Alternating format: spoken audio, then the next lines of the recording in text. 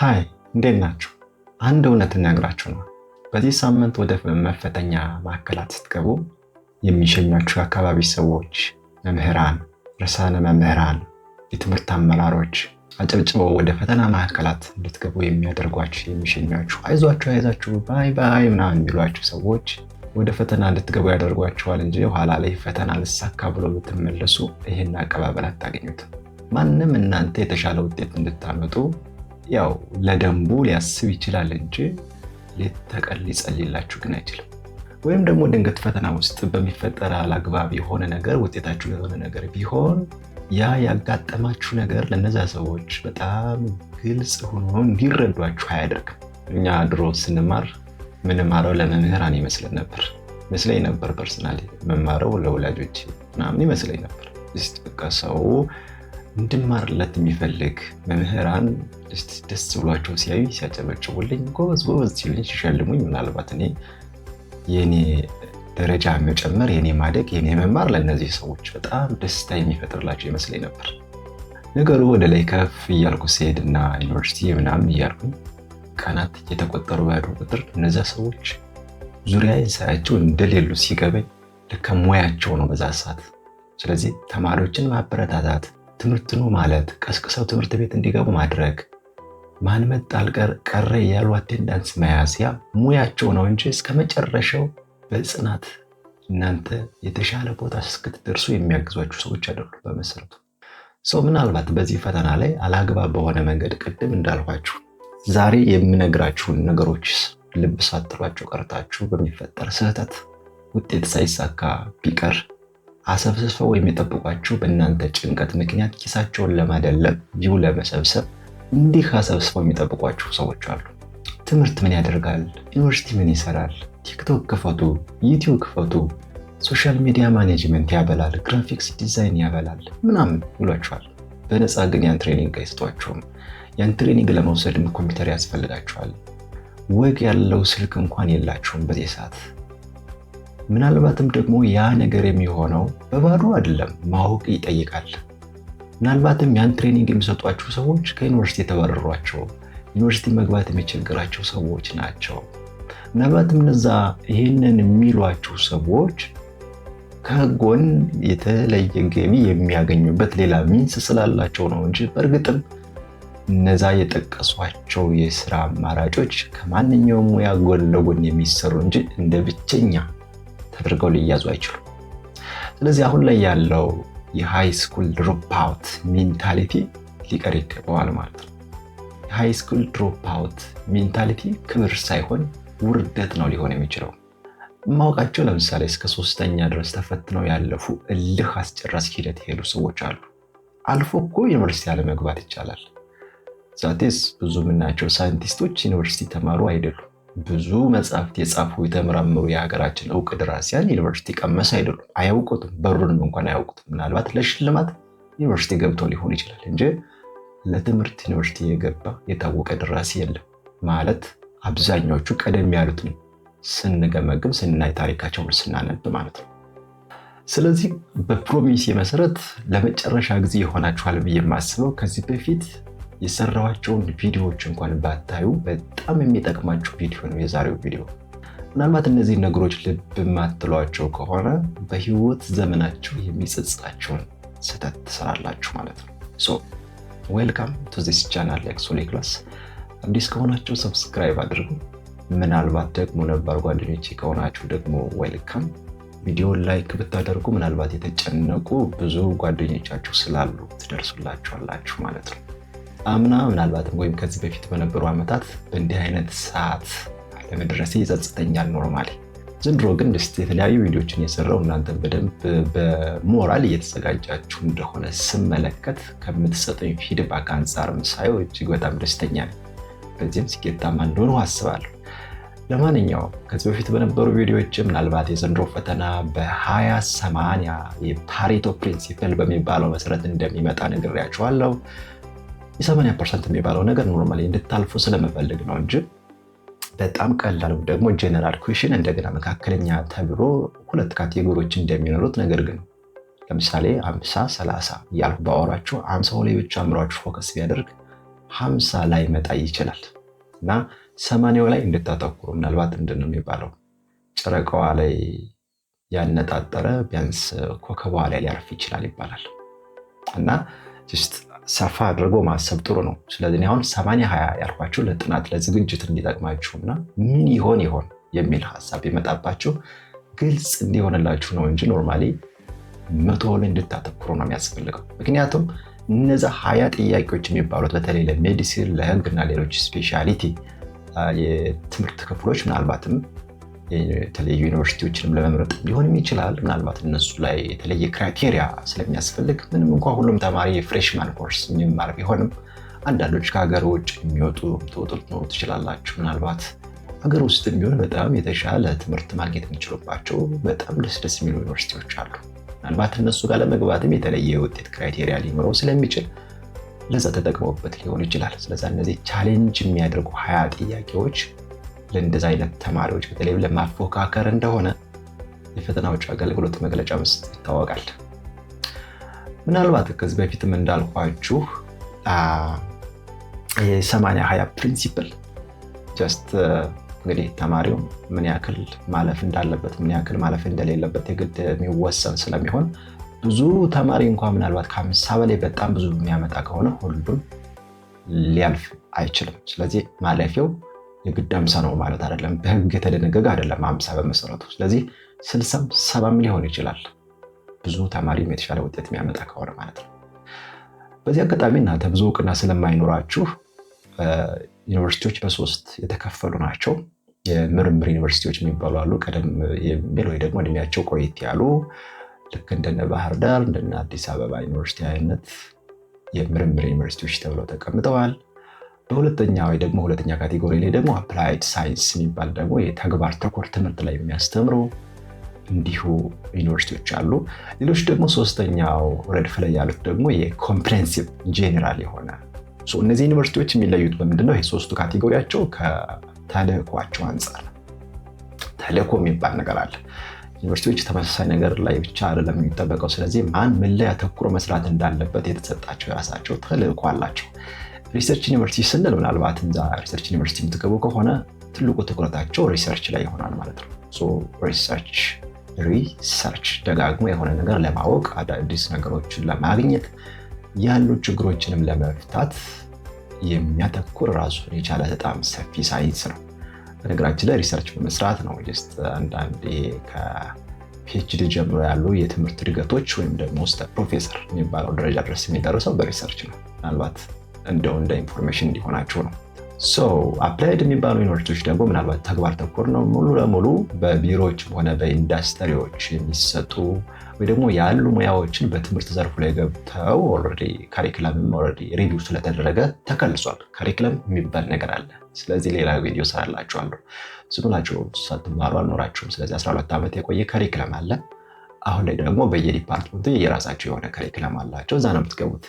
ኮምፕሬሄንሲቭ የሚባሉት ደግሞ ኖርማሊ ሪሰርች ላይ ብዙም አይደሉም፣ ግን ደግሞ ያው ያስተማሩ ያስመርቃሉ።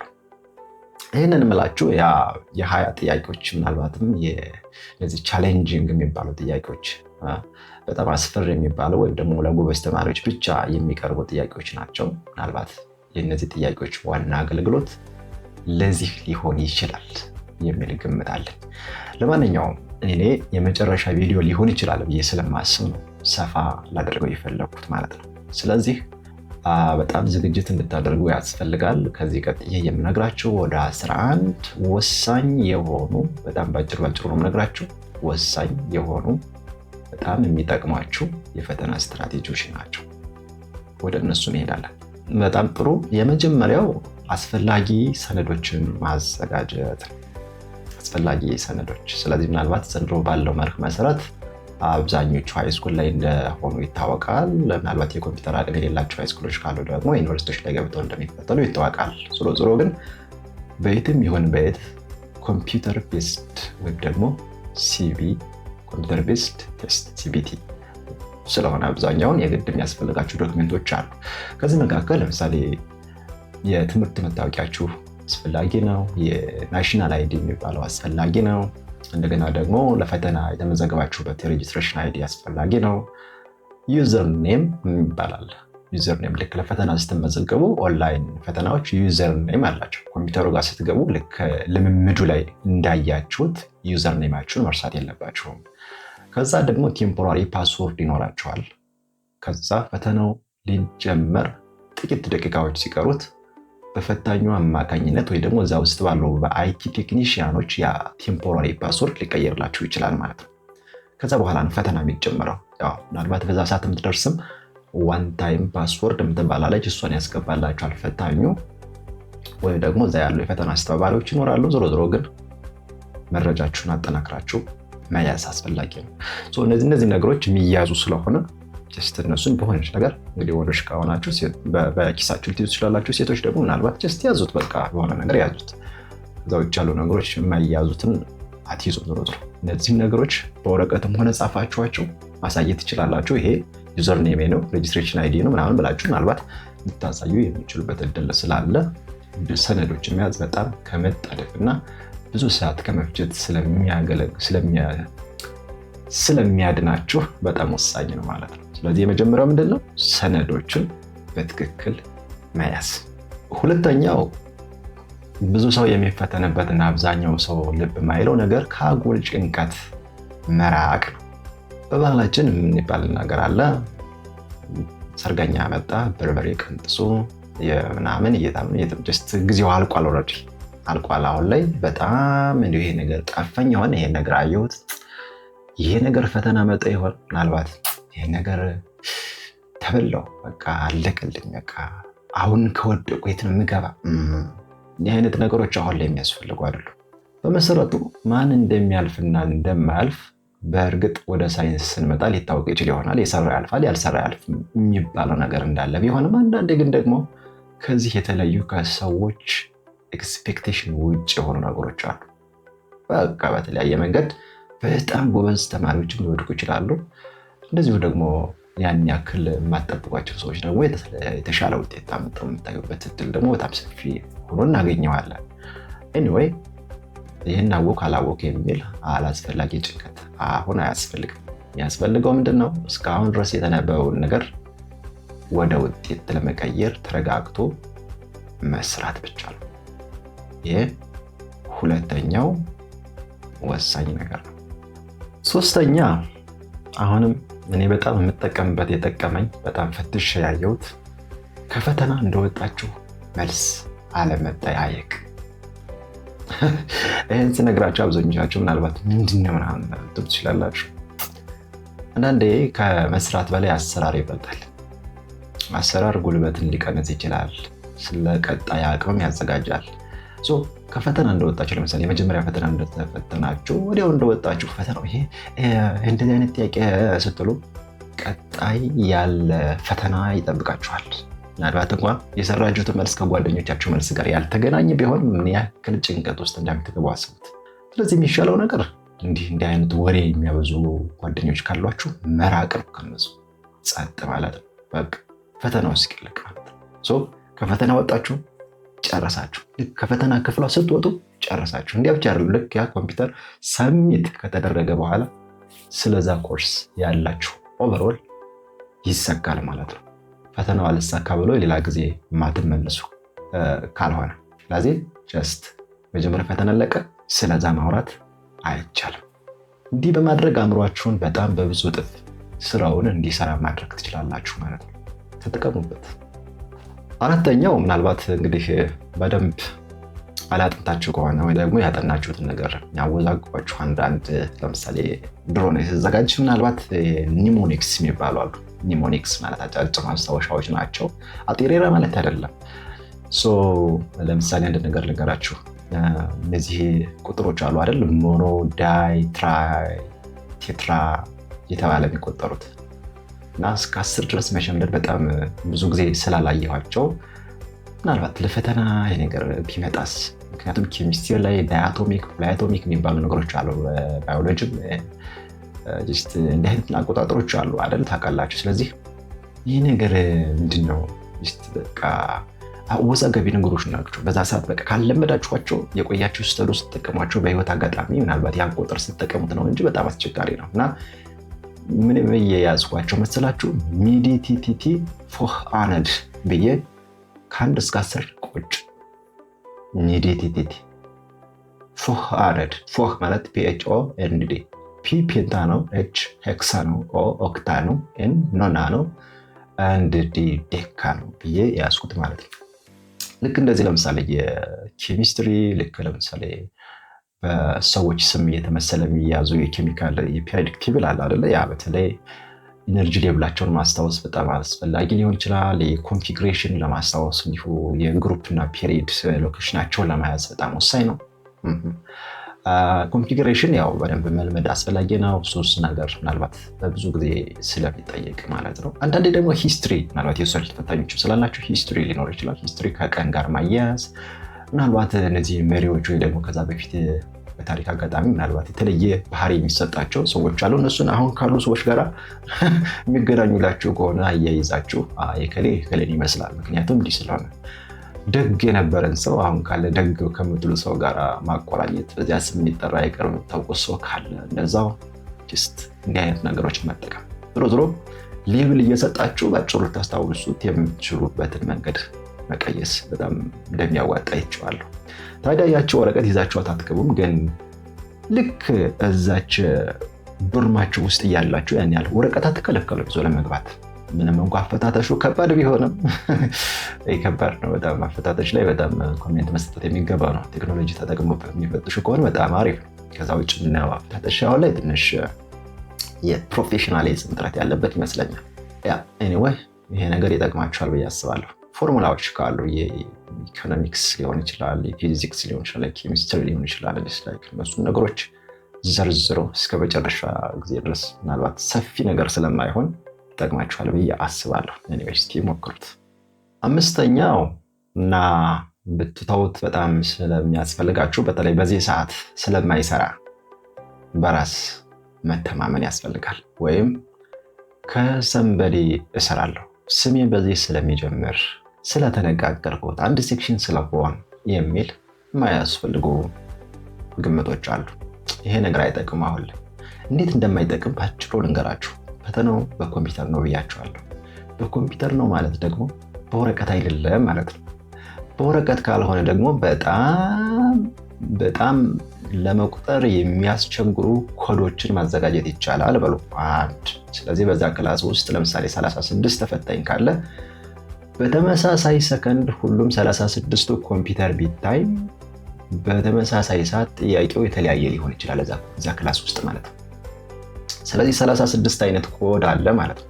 አንደኛው ተራ ቁጥር ላይ የሰንበዲ ወይ ደግሞ ወንበር ቁጥር አንድ ላይ ያለው እስከ ወንበር 36 ቁጥር ድረስ ቢኬድ አንደኛው ተራ ቁጥር ላይ ተመሳሳይ ሊሆን የሚችልበት እድል የለም ማለት ነው። ስለዚህ ይቀያየራል። ምኑ ይቀያየራል መስላችሁ? ጥያቄ ቁጥሩ ይቀያየር ይችላል አንደኛ፣ ሁለተኛ ምርጫውም ራሱ ሊቀያየር ይችላል ማለት ነው። ጥያቄው ቁጥሩም ተመሳሳይ ሆኖ ምርጫው ራሱ ሊቀያየር ይችላል። ከኮምቢኔሽን ነው ፐርሙቴሽን ነው እንዲህ አይነት ነገሮች ወይ ደግሞ ፕሮባቢሊቲ ብታሰሉ ይሄንን ምን ያክል ኮድ ማዘጋጀት ይቻላል? 100 ጥያቄ በአራት ምርጫ የሆነ ነገር እድሉ ኦልሞስት ዜሮ ነው። ይሄን ተውት። ኦኬ ምናልባት ኔክስት የተባለ ብዙ ምናልባት የተለያዩ ሙከራዎች ይኖራሉ ብለን እናስብ። ኮምፒውተሩ ሰዓት ወደታች ነው የሚቆጥረው። የኮምፒውተሩ ሰዓት ወደታች ነው የሚቆጥረው። አይጠብቅህም። ኧረ እባክህ ቲቸርዬ አልጨርስ ብዬ ነው ቲቸርዬ ምናምን አይሰራም። ኦልሬዲ ኮምፒውተሩን ቲቸርዬ ብለህ ትሰራዋለህ። ፈታኙ ያለ ምናልባት እዛ ክላስ ውስጥ ያለው ፈታኙ ነው ምንድን መሰላችሁ? አንዳንዴ አይዲያችሁ ማስገባት እንዲሁ አንዳንድ ተማሪዎች የሆነ ነገር ቢሆኑ መጠበቅ ምናምን።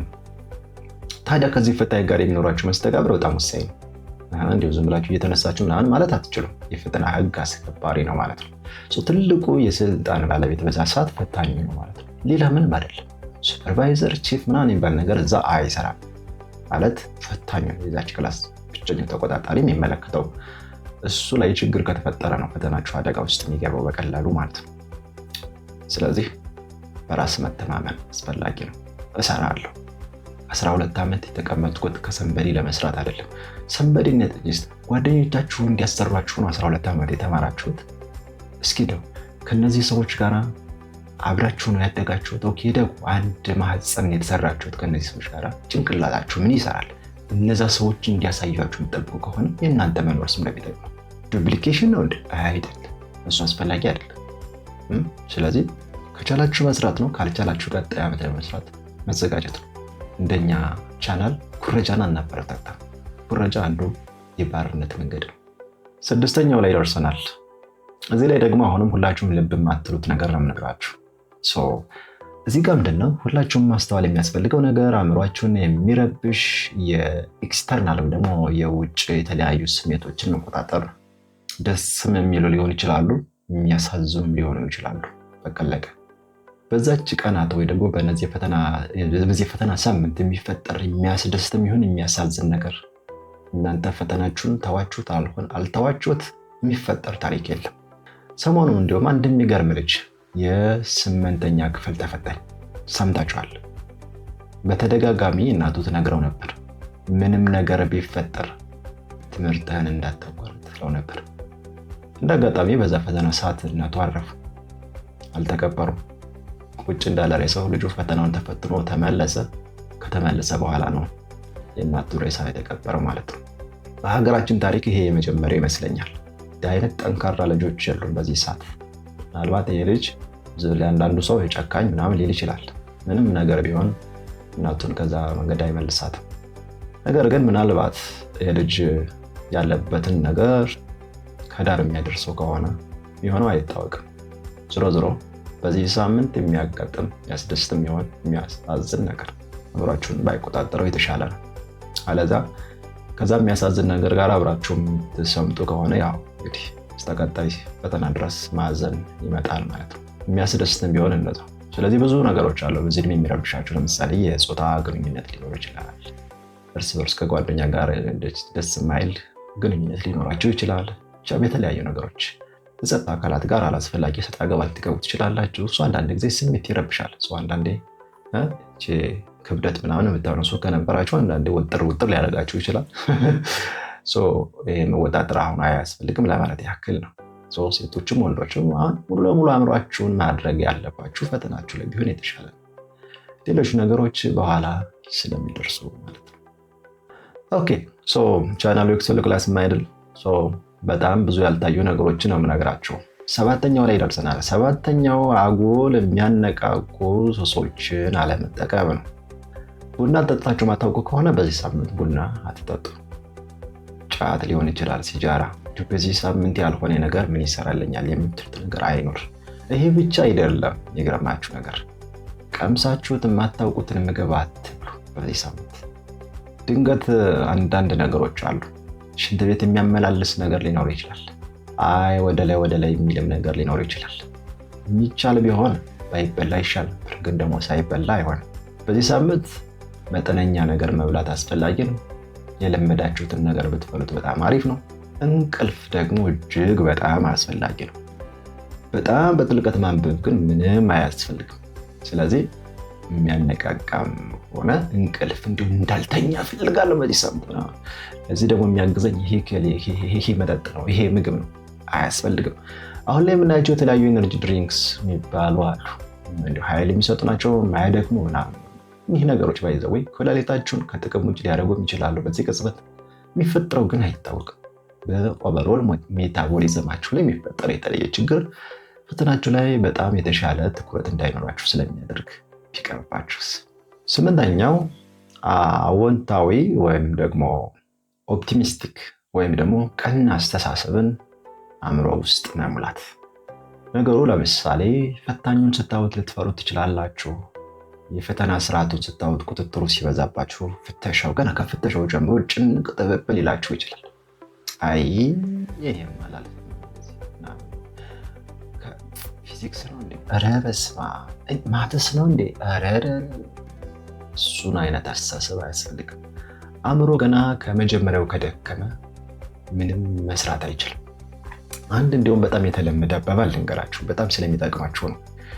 ለምሳሌ አንበሳና ዝሆንን አወዳደሯቸው። ሰዎች ሲናገሩ ነው የሰማሁት፣ ስለሚጠቅማችሁ ነው። አንበሳና ዝሆን እንግዲህ ኦቨርኦል በሳይዛቸው ስታዋቸው ማን ነው ትልቅ? አንበሳ ትንሽ ነው አይደለም? ዝሆን ደግሞ ትልቅ ነው በውፍረትም በቁመትም። ግን እንደው በስነ ልቦናው ዓለም አንድ የሚባል ነገር አለ። አንበሳው ገና ዝሆኑን ሲያዩ የሚሰማው ስሜት እንዲህ ነው አሉ። አረ ዛሬ ምሳዬን አገኘው፣ ቁርሴን አገኘው፣ በስማ የሚገርም ነገር ነው፣ የዛሬው ምግብ በጣም ቆንጆ ነው ይላለን። ወኔ ያለው ማለት ነው። ዝሆኑ ደግሞ ገና ያንን አንበሳ ሲያዩ ገና ፀጉሩ እንዲያተዝናፍሎ ምናምን ሲያዩ ለየት ያለ ፍጡር ነው ምናምን ሲያዩ ምን የመጣብኝ ዛሬ ተበላው የልግባ ይላል አሉ። እና ትንሽ አንበሳው ትንሽ መንቀሳቀስ የጀምረው ወደዚያ ዝሆኑ ደግሞ አይጠብቀውም ማለት ነው። በሁለቱ መካከል የተፈጥሮ ልዩነት እንዳለ ሆኖ ግን የወኔ ልዩነት ነው። ቢገጣጠሙ በጉልበት እኮ አንበሳው ጥቂት ትንሽዬ ድመት ነው አይደለም እንዴ? ዝሆኑ ደግሞ በጣም ግዙፍ ነው፣ ደፍጥጦ ሊጥለው ይችላል ማለት እኮ ነው።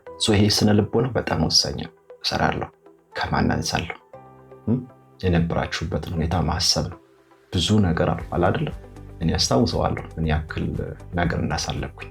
ትምህርት ለመማር ብዬ ምግብ እንኳን እኔ ምግብ እያመላለስኩኝ ተከራይችን የተማርኩትና ምግብ አልቆብኝ በርበሬ በጥብጬ የጠጣሁበትን ቀን አልረሳውም። ቤት ላለመሄድ ሰዓት እንዳይባክንብኝ በመስጋት በእርግጥ አሁን ላይ ሳስበው ያ ጸጽቶኛል። አስፈላጊ አልነበረም። ምናለ አንድ ቀን ብቀር በቃ በዛን ቀንስ ባይነበብ ራሴን ለምን ያን ያክል እቆዳለሁ? ሜቢ እንዳይታሰብ ሊኖራችሁ ይችላል። ዞሮ ግን ምንላችሁ ነገር መሰላችሁ፣ ብዙ ፈተናዎች አልፈዋል። ብዙ ሰዎች መውጣት መግባታችሁን ከመልካም ነገር ሳይቆጥሩላችሁ ያለፈው ጊዜ ቀላል አይደለም። በጣም በብዙ መንገድ 12 ዓመት አልፏል። ቢቻል በጥሩ ነገር ቢጠናቀቅ መልካም ነው። አለዛ ግን ቢያንስ የቻላችሁትን አድርጋችሁ የግድ ደግሞ ፈተናው ማለቅ አለበት። ስለዚህ ምንድነው አዎንታዊ አስተሳሰብን መያዝ። ምክንያቱም ታስታውሳላችሁ ሲቲዝንሺፕ ኤጁኬሽን ላይ የተማራችሁት ብዙ ነገር አለ። ስለ ኢኖቬሽን፣ ስለ ፕሮብለም ሶልቪንግ፣ ብዙ ስለ ቨርቹ፣ ስለ ኤቲክስ ተምራችኋል። ያ ነገር አሁን ላይ የማይጠቅማችሁ ከሆነ አስቸጋሪ ነው። 9ኛው ከእንቅልፍ ጋር የተገናኘ ነው የምነግራችሁ። እንቅልፍ በጣም አስፈላጊ ነው። አሁን ላይ አብዛኛውን ተማሪ ሳይ ለምሳሌ ስሰማ 24 ሰዓት ሳልተኛ ድሬ ምናምን ይላል። ለፈተና እንቅልፍ በጣም አስፈላጊ ነው። ሌላ ስራ የምትሰሩና ከሆነና ምናልባት ቀን ለመተኛት እቅድ ከሌላችሁ በስተቀር እንቅልፍ በጣም አስፈላጊ ነው። እንቅልፍ መተኛት አለባችሁ። እንዲሁም በሳይንሱ የሚመከረው አንድ ሰው ቢያንስ 8 ሰዓት መተኛት አለበት ይባላል። 4 ሰዓት ከተኛችሁ መንቃት ያለባችሁ 12 ሰዓት እንደማለት ነው። 3 ሰዓት ከተኛችሁ 11 ሰዓት መንቃት፣ እንደዛ ነው። አእምሯችሁ የለመደውን የእንቅልፍ ስርዓት ግን እናንተ ታውቃላችሁ። ስለዚህ 6 ሰዓትም ከሆነ ዞሮ አእምሯችሁ ረፍት የሚያገኝበት ኳሊቲ የሆነ እንቅልፍ ማለት ነው። ሳትረባበሹ በዛ ዶር የምትመደቡ ተማሪዎች ትኖራላችሁ። አዳራችሁን ግን ሰላም ማድረግ። እኔ አንዳንድ ነገር አለ አይም ሶሪ ግን በዛ ፐርስፔክቲቭ ለማየት አይደለም፣ ግን ጀስት ይሄ ይቅር ብዬ የማልተው ብዙ ነገር ስላለ ነው የምነግራችሁ። ሞር ኢሞሽናል በመሆን ጊዜያችንን መፍጀት አስፈላጊ አይደለም። ሃይማኖታዊ ስርዓቶች ሊኖሩ ይችላሉ፣ ባህላዊ ስርዓቶች ሊሆኑ ይችላሉ። ዞሮ ግን ኢሞሽናል የሚያደርጋችሁ ነገር ባታደርጉ፣ ስሜታችሁን የሚቆጣጠር እንቅልፋችሁን እንዳትንቀላፉ የሚያደርጋችሁ ነገር ባይፈጠር፣ እንደዛ አይነት ስሜት ብትርቁ፣ ኒውትራል ብትሆኑ በተቻለ መጠን ማለት ነው። በጣም አስፈላጊ ነው። 10ኛው እና ሌላው በጣም ቆንጆ ነገር ደግሞ የፈተና ደንቦችን ማክበር ነው። በእርግጥ ለምሳሌ የተከለከሉ የተለያዩ ማቴሪያሎች አሉ፣ እነሱን አለመያዝ። በእርግጥ ፈታሾች በደንብ አበጥረው ነው የሚፈትሹ፣ ግን አንዳንድ ተማሪ ደግሞ አለ በጣም ችግር ውስጥ ራሱን የሚከት ማለት ነው። ይህ ጀግንነት አይደለም። ከዚህ በፊት ብዙ ነገሮች ስለተለመዱ የትኛውም ነገር ጀማሪ ስላልሆናችሁ ከዛ ትምህርት ይወስዳል ራሱ ፈታኙ አካል ማለት ነው። እንዳልኳቸው ቀደም ብዬ ማንም ሰው ከትምህርት ቤት ማለት ትምህርት ቤት እንድትገቡ ሊቀሰቅሳችሁ ይችላል። ሂደታችሁ ግን በፈተና የተሞላ ነው። ያ ማለት ምን ማለት ነው? ሁሉም ሰው ወደ ላይ እንድትሄዱ የሚፈልግ ቢሆን ፈተና አያስፈልግም ነበር።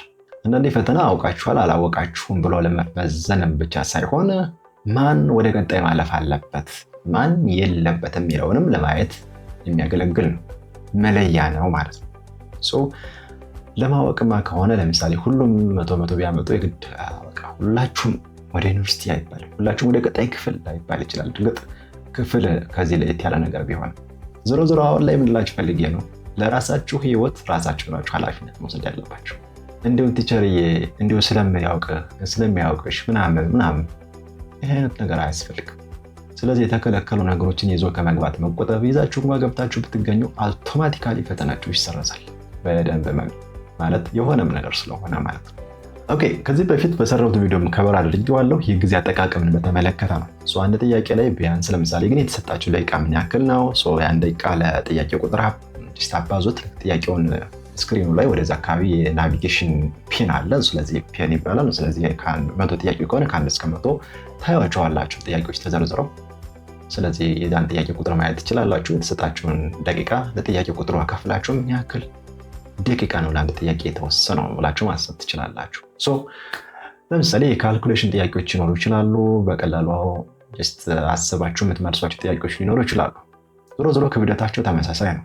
ፎርሙላ ተጠቅማችሁ የምትሰሩ ጥያቄና ፎርሙላ ሳትጠቀሙ የምትሰሩ ጥያቄ ወይቱ ተመሳሳይ ነው። ዞሮ ይሄ ፎርሙላ ስለሆነ ከ3 ነው ከ4 ነው ከ5 ነው የሚባል አይነት ግሬዲንግ የለም እስካሁን ማለት ነው።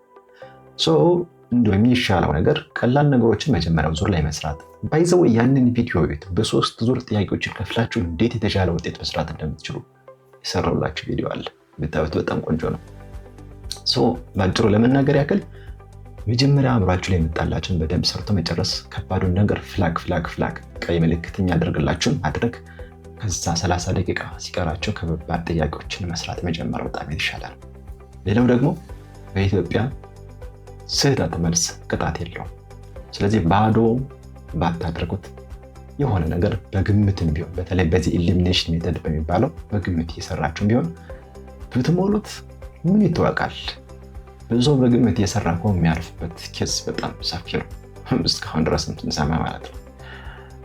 ይህንን ብታደርጉ እነዚህ 11 ቲፖች በጣም ይጠቅሟችኋል ብዬ በማሰብ ነው። ከዚህ በፊት ያገለገሉን ናቸው። ሰዎችም ሲናገሩ ሰምቻቸዋለሁ። ተማሪዎችንም የተወሰነ መንገድ ኢንተርቪው አድርጌያለሁ። ሪሰርች አድርጌ ነው ቪዲዮዎችን የምሰራቸው። ስለዚህ ይጠቅሟችኋል ብዬ አስባለሁ። ትምህርት ቤት የምትሄዱት እንዲሁም መሄድ ስላለበት ግቢውን ለማየት ምናምን ይመስላችኋል።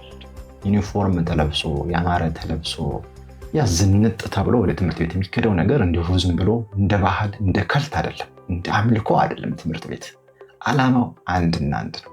ያም ከባርነት ሊላቀቅ የሚችል አእምሮ ሊያስብ የሚችል ትውልድ ማፍራት ነው። አእምሮ በማያስብ ሰውነት ላይ የሚለበስ ወርቅ የሆነ ልብስ ዞሮ ትርጉም የለው። ስለዚህ የሄዳችሁበት ያለፉት ዓመታት ያለፉት 12 ዓመታት አንዳንዶቻችሁ የደገማችሁ ትኖራላችሁ። 13 14 ዓመትም ቆይታችሁ ሊሆን ይችላል። እኔ አንድ ነገር ልንገራችሁ። እዚህ ባለሁበት ዩኒቨርሲቲ አይደለም 12ኛ ክፍል ያልጨረሰ ይቅርና ኢቭን ፒኤችዲ እንኳን የሌለው ሰው ማስተርስ ያለውን ሰው የሚያናግሩበትና የሚያዩበት አይን በጣም የሚያስቀይም ነው። ይህንን ስላችሁ ለሰዎች አይንና ለሰዎች ደስታ ትኖራላችሁ ለማለትም ሳይሆን እንዲሁ ግን መንፈሰ ጠንካራ መሆን እንዳለ ሆኖ የተጀመሩ ነገሮች ግን ማለቅ አለባቸው። ማንም የሆነውን ነገር ግን መሆን ደግሞ አስፈላጊ ነው። እድሉ ሲገኝ በዛ ሰዓት ያላቸውን ነገር በአግባቡ መጠቀም ቢቻል በጣም አሪፍ ነው። ስለዚህ እንዲሁ በቃ ተስፋ ቆርጣችሁ ችል ብላችሁ በቃ አንዳንድ ያለሁኝ ኤግዚት ኤግዛም ሲፈተኑ እንግዲህ 4-5 ዓመት ቆይተው በሳመርን በኤክስቴንሽን በጣም ብዙ ብር ተከፍሎ ተምረው ኧረ እኔ አላልፍም እንዴ ምናምን ኧረ 2ኛ ዙር እንዴ 3ኛ ዙር ልፈተን ነው ምናምን 50 መምጣት እኮ አቅቷቸው ማለት ነው። በዛው ልክ ደግሞ 6ኛ ዙር ላይ ተፈትነው ያለፉ በጣም ተስፋ የማይቆርጥ ሰዎችን ደግሞ አይቻለሁ። ዞሮ ይኸውላችሁ ቸል ብትሉ የሚጠብቃችሁ የህይወትን ነገር ልንገራችሁ። ያው ያለን ኢትዮጵያ ውስጥ ነው። ወንዶች ከሆናችሁ የውትድርና ሙያዎች ክፍት ናቸው ዛሬ፣ እጃቸውን ዘርግተው የሚጠብቋቸው። ሴቶች ከሆናችሁም ምን እንደሚገጥማችሁ ታውቃላችሁ። ዩኒቨርሲቲ መግባት አንዳንዴ ዝም ብዬ ሳስበው በዚህ ሰዓት እንደ እድልም ነው ማለት በጣም ወሳኝ የሆነ ቦታ ነው። ቢያንስ የተወሰነ ጊዜ ማሳለፍ ትችላላችሁ።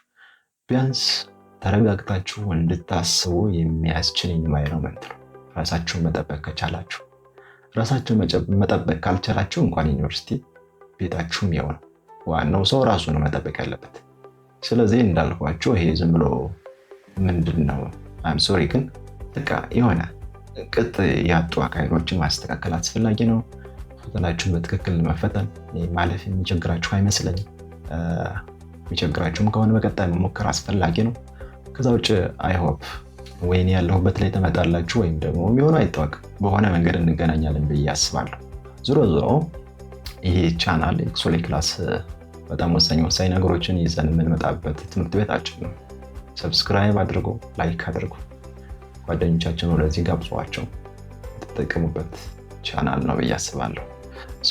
ምናልባት ተራ የሆኑ ሀሳቦችን አግኝታችሁ ከሆነ ግን ምንም ተራ የሆነ ማለት ነው አስፈላጊ ላይሆን የሚችል ጊዜያችሁን የሚፈጅ ከሆነ በባዶ አይ ቲንክ በጣም ብዙ ነገሮችን መክሬያችኋለሁ፣ አስተምሬያችኋለሁ። ምናልባት ክላስ መጥቼ እንኳን ባላስተምራችሁ ከዛ ያልተናነሰ ግን ምክር ሰጥቻችኋለሁ። እነዚህ ዛሬ የነገርኳችሁ ነገሮች እንደምን መሰላችሁ? በጣም ጀስት የሆነ ነገራችሁን ከፍታችሁ ፈተናችሁን በደንብ እንድትሰሩ የሚያስችላችሁ ሴንሰሩን ነው ጀስት ላይክ በደንብ ሴንሲቲቭ እንዲሆን ያደረግነው ማለት ነው። እና አይ ቲንክ እንደጠቀማችሁ ተስፋ አድርጋለሁ። ከዚህ በኋላ የሚያገለግላችሁ ወይ ደግሞ የቀረ ምክር አለ ብዬ አላስብም። ወደ ሌሎች ቪዲዮዎች ነው እንግዲህ የምዞረው። አይ ቲንክ ከፈተና በማግስት ሊኖር ስለሚችሉ ነገሮች ምናልባት አንዳንድ ቪዲዮዎች እንጀላችሁ ልመጣ እችላለሁ። ያለፋችሁ ካለፋችሁ በኋላ ምን ይጠብቃችኋል? በምን መንገድ ነው ዲፓርትመንት መምረጥ ያለባችሁ? ፍሬሽማን ኮርሶችን እንዴት መማር አለባችሁ የሚለውን ነገር እንዲሁ እንቀጥላለን። ያላለፋችሁስ ምን እድሎች አሉ? እነሱ ላይም እንደዚሁ ቪዲዮዎችን እንሰራላችሁ ይሆናል። መልካም ፈተና እንዲሆንላችሁ እመኝላችኋለሁ። ሰላም ሁኑ።